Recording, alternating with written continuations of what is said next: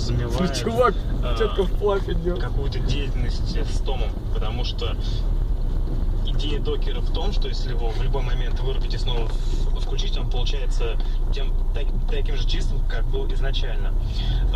Докер, он нужен не для MySQL, Mongo или что бы то ни было. Он нужен как контейнер для работы.